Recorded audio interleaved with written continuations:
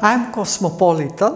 I belong to the world, but my soul belongs to two countries, Macedonia and the Netherlands. I love to travel. I went to many countries in the world, and every time that I go somewhere, I take something with me. I love to visit new countries. I love to meet the new people.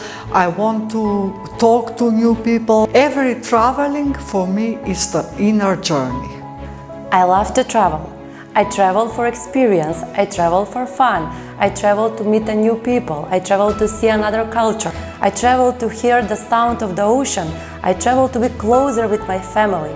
I travel to have fun with my kids. I travel to become a more mindful person. Why do you travel? What was your first country as an ambassador? My first country as ambassador was Benin in West Africa, but my first country where I worked as a diplomat abroad, when I was of course much younger than I'm now, that was 30 years ago, that was in Poland. Okay. And that was a very exciting time, because that was I arrived in January 1990, right after the fall of the Berlin Wall. Yes. So that was the first experiments of the first post-communist government in Poland. Truly an exciting time. So you made a history with that?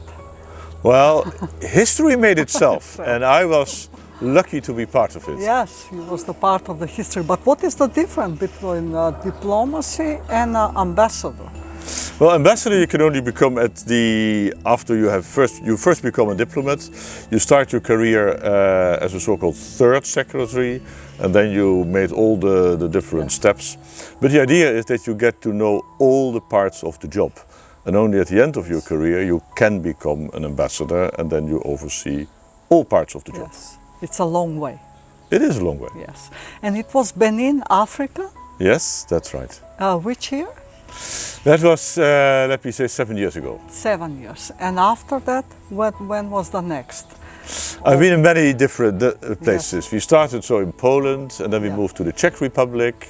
From the Czech Republic to Guatemala in Central America. Yes. And then I spent very important also 8 years in The Hague. So I worked in the ministry, which is our head office, so to say. So I was just another civil servant like all the other ones, going in either the train or on the bicycle in the morning. Yes. I did that for 8 years, which was a very worthwhile time.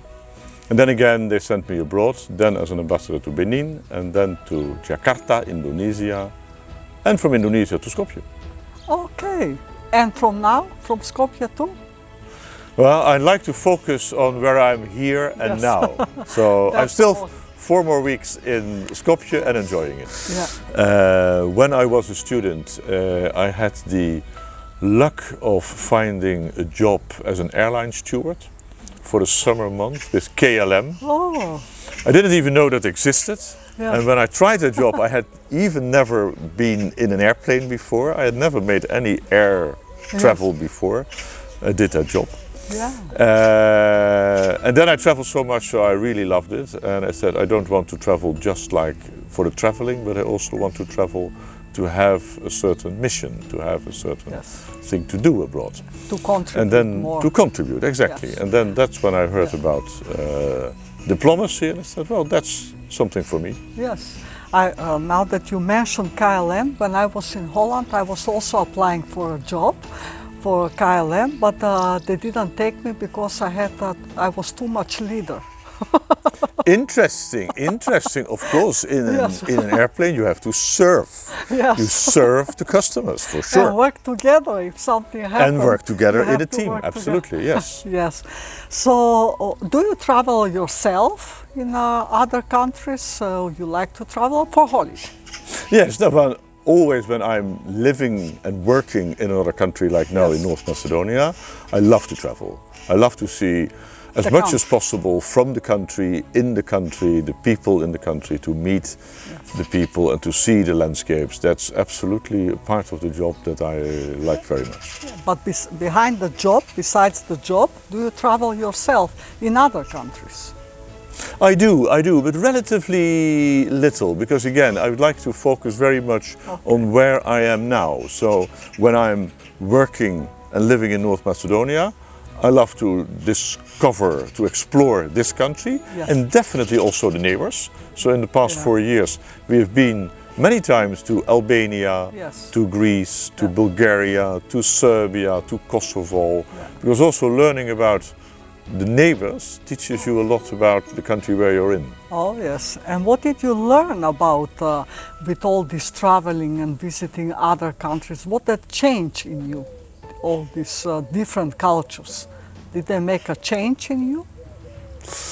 To a certain extent, yes. I think every person develops in his or her life, and meeting many other people, different people from different cultures, is certainly enriching. Yes. And what exactly? What do you feel that is changed from the time that, for example, Benin, Africa is completely different than Macedonia. Jakarta also completely different. What did you take from every country? I think the most important thing that I learned is a certain modesty and humbleness. Okay. Because very often you arrive with ideas, okay, I want to achieve this, or I want to do that, or I think things should be like Yes. this or that, but then you arrive somewhere and you start listening Okay. and reading, but most of all listening to other people and Yes. trying to understand why people think in a certain way and why they say the things they say and what they might mean by saying those things. But this doesn't everybody do that. Not everybody listen. You also have to learn how to listen, I think. True. Yes, because True. it's not easy. Most of the time, when the people come in a different country, they want to change the country, but not to accept how the people are, and then from there maybe do some change. But most of the time, people that come somewhere, they want to bring something new to change, or they don't listen so much what the people need. What I Maybe have- it's something you develop more when you're older, that you maybe, with the age and experience. find the importance of listening. Yes.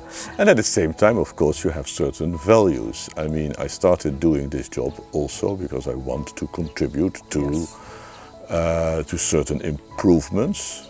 Then, of course, you have to be careful what is an improvement. But I Yeah. think if you can contribute to improving the quality of life of people, I think that's worthwhile to strive for that. Yes. And I think that is something that I definitely have also taken from my parents in a certain way, or from my upbringing, and those are certain values that you, wherever you come, take with you. Yes. And who was the biggest inspiration for you from your family in your life?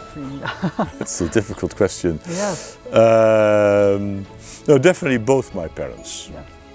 Both my parents. From my grandparents, I don't remember so much. Okay. But my parents definitely, and my father was certainly an inspiration, and my mother was different, and I probably saw the virtues of my mother later in life, and then I realized that I may have taken more from her. Okay. Certain more inner values that, definitely. Yes. And what is the biggest value that you're carrying with you or belief from your family? A part has to do with that improving the quality, Okay. the conditions of life for as many people as you can. Yes. But also, and it was funny, it took me an 18-year-old from North Macedonia to teach me that. I was doing some meeting with school students, and then she said she had been to the Netherlands, and she said, you know what I found most interesting as the difference between North Macedonia and the Netherlands in cultural terms is the frugality of the Dutch. Oh. And then she made me think, and then I said, yeah, well, that applies maybe to me as well. Yes. And that is definitely something that, that I have from my mother. Yeah. And she applied it to the way how Dutch students are frugal with money, of course. They are, Yes. hey, you can only spend it once, but also with their time. Yes. That is the Dutch people, from my experience also, I have that also, but That's what I learned there, the way how you spend your time and the way how you spend your money. It's the Dutch people like to be efficient. Yes, yeah, but that's something what, oh, that's a nice butterfly. That's nice because here in Macedonia, North Macedonia, maybe we miss that. We think that the time is gone and the money is gone and we don't have influence on it.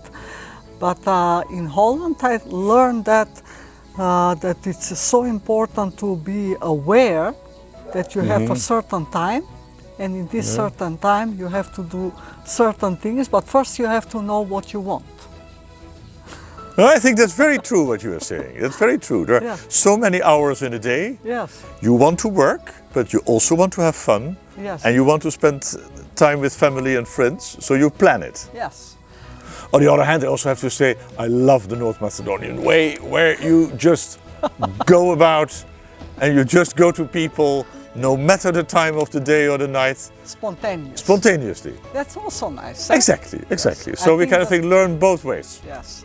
That was my first impression when I came to Holland, and I came to a friend's house, friends of my ex-husband, to visit them without saying that I'm coming. So I ring the bell, and the girl opened the door, and she said yes. I say hi. Can I come for a coffee? She said I don't have time, and then I was okay. Then I learned my lesson, but I appreciate that. Now in Macedonia I also do that. And I also, what I see on Facebook, you are hiking a lot, you are going around in Macedonia, you like to travel, as you said. And what do you like the most? The mountain, the travel, or going just in the villages? Because I saw also on Facebook you're talking to the people in the villages. Also, you have conversations, and you cook also something or not? Well, that's why I tried to learn some Macedonian at least, to be able to make a conversation in the countryside. No, what I like very much is indeed the countryside, to travel. I was walking this morning with the dogs here just around behind the village, and I still remember the first time when I came here.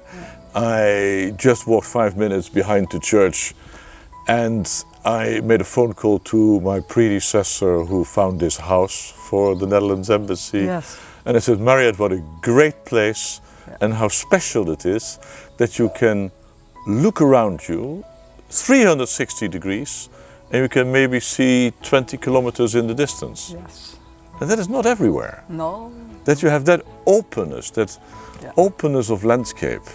That's something I appreciate very much. Yes, and in Holland, because everything is flat. Everything is flat, and there are many buildings. And many buildings. But also interesting, when I used to live in Holland, I have to make this comparison because Holland is also, Netherlands is also my country, I feel that. When I used to live there, when I came back always for holiday in Macedonia, I wanted to look around. When I look around, I miss the openness, because everywhere are the mountains. So that's also different. Eh? When you look around in Holland, you have space. That's what I experienced. But now you said, when you stand here around, you can see. So you can experience space in different ways. When I stand here on a hilltop in Bardovci, I can see Vromvotno to Šarplanina. And so it's really, it's beautiful. You like to hike? I do. I do. Everywhere I was in the past 30 years, from volcanoes in Indonesia to Šarplanina here and Soluška Glava. Yes, I like to hike. That's what I do in the weekends. I explore a bit nature. I love to watch birds. And you usually talk also to the birds, eh? Also. So I often meet with nature protection people, with ecologists, and that's always also a nice introduction into another country. So here, the Macedonsko Ekološko Društvo, I made many friends there, and they're very good and very professional people. When you see like this in Macedonia, the people I had a feeling that I don't love the nature so much, but when you start yourself to walk with the people in the mountains, then you see there are so many people in Macedonia that do also interesting things, hiking, and you're also famous like a biking ambassador, going with your bike at your work. No, but I would like to say there are many people in Macedonia Yeah. who really enjoy nature. You have the Ekologite, let's say, but also the Planinarski klubovi. You have this beautiful tradition of the mountain clubs who go once every year to, for instance, Runska Glava or Titov or simply to Vodno Yes. on a special day and with a big group. And of course, it's always a social event. Yes. And I remember that once we were, I think it was close to 1,000 people on Titov. Yes. And those trips are always wonderfully organized, and there is no gubre, no garbage whatsoever, because these mountain clubs are disciplined, Yes. organized, and efficient. Yes. And there's always rakia and something to eat. At the end, there might be a rakia, yes. And I have maybe some surprising questions from you. Okay. So you can choose one and see what is the... Oh, where do you belong? Yes. Ah, that's a nice one. I wanted to ask it because you have so many countries different that you visit, but what is your feeling? Where do you belong? Yes, Lubenica, of course. Well, I definitely belong to the Netherlands. That's your country. That is my country, yeah. No, it took me one piece of Lubenica to think of the answer. But no, it's, you know, in a way it's often easy to say I'm cosmopolitan or I belong to the world, but if I think more deeply about it, that's nonsense. Yes. I'm born in the Netherlands. My parents Your roots are from were there. Dutch people. All my grandparents were Dutch people. Yes. So I'm absolutely rooted in Netherlands soil, in Netherlands clay, in water also. Yes. Water runs in my veins as well. I mean, water management. My father was a water manager.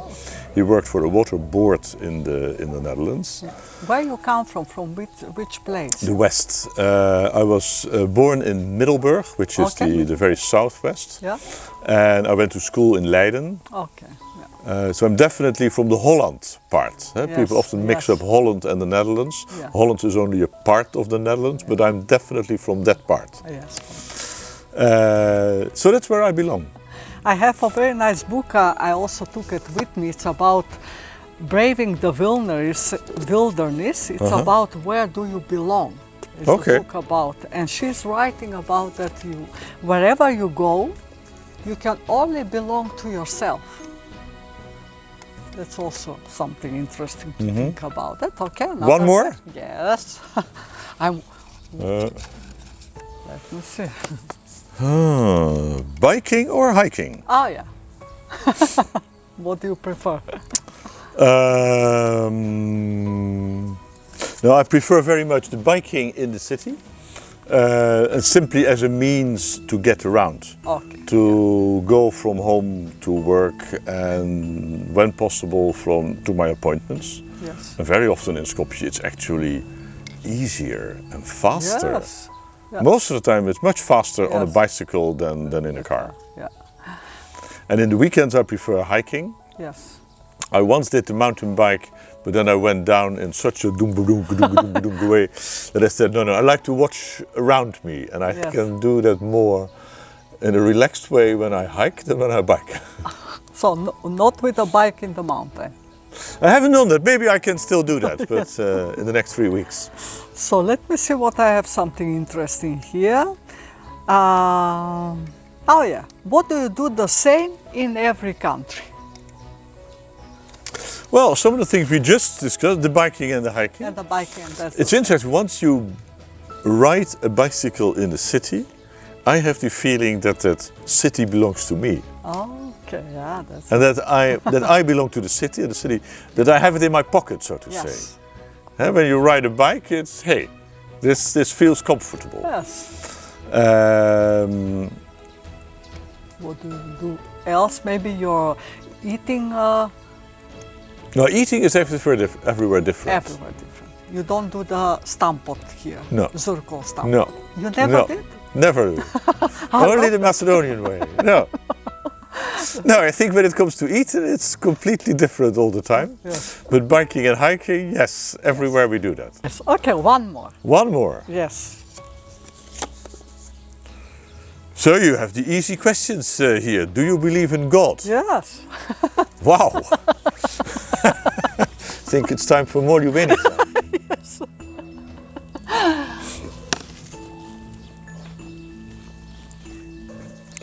I tell you a little story Okay. about my assistant when I worked as an ambassador in Cotonou, Benin, West Africa. Okay. When I went to a funeral. One of the colleagues in the office, his father had passed away. And there was a big funeral, there was a big ceremony in the church. He was Catholic, in a Catholic church. And I asked my assistant, she was a very wise woman, older than I am, and she was interestingly half Dutch, half Beninese. Okay. And she had experience with many Dutch ambassadors.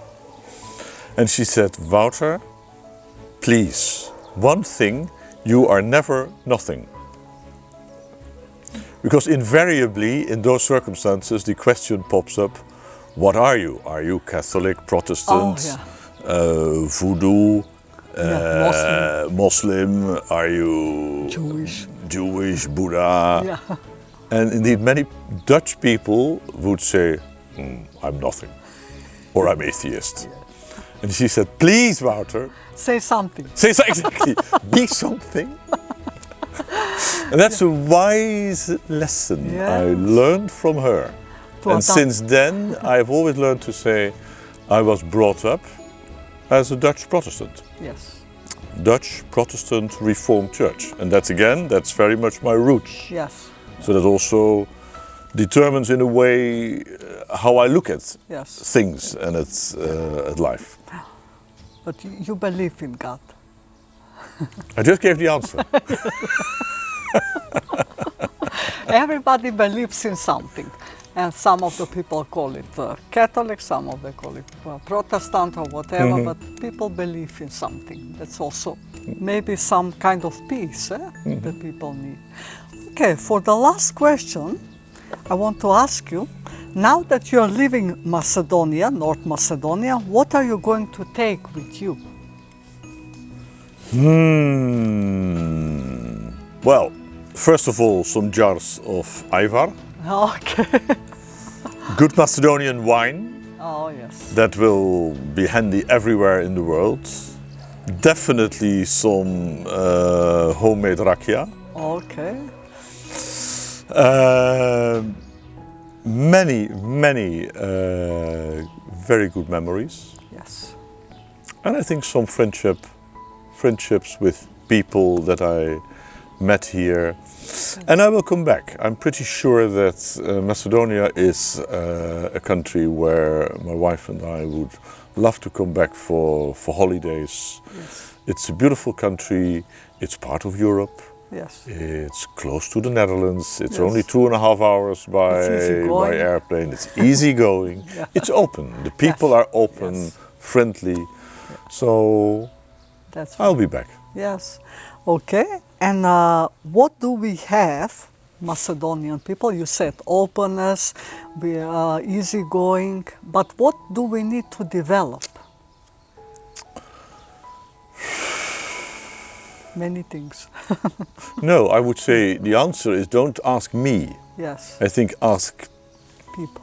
people what they want to Yes. develop. It's again what you said Yes. earlier. I think it's discovering what you want for yourself, and only Yes. then I think you can decide what you want to develop. Yes. Yeah. There are a lot of things that we need to develop, Yeah. but we have to find out ourselves. I would say so, yes. Yes. And what you are going to give to your children? What do you want to be remembered of? What do you want to give to your children? Or what are you giving them? Exactly, I mean, they are already 30, the oldest is over 30, so Yes. I hope I have given it by now. Yes. Yeah, accept who you are. I think that's maybe the most important thing. Accept who you are and be who you are. Yes. And are you? I am. Thank you. Thank you. What is this? Well, this is, first of all, it's our family. So here you see my wife Harriet and our 5 children. This is our youngest Michael, who graduated in Macedonia. And these are all things we basically took from all the countries where we either lived or visited. So the gorillas are from Rwanda, the crocodile is from Benin, the frogs are actually from Vietnam. This fantasy bird, or this peacock, is from Guatemala. The jar, that's Benin. The rooster is made by my aunt. The seal is made by Harriet. She is, of course, Macedonsko devojče. What else? The candles are from Amsterdam. So it's a little bit from everywhere.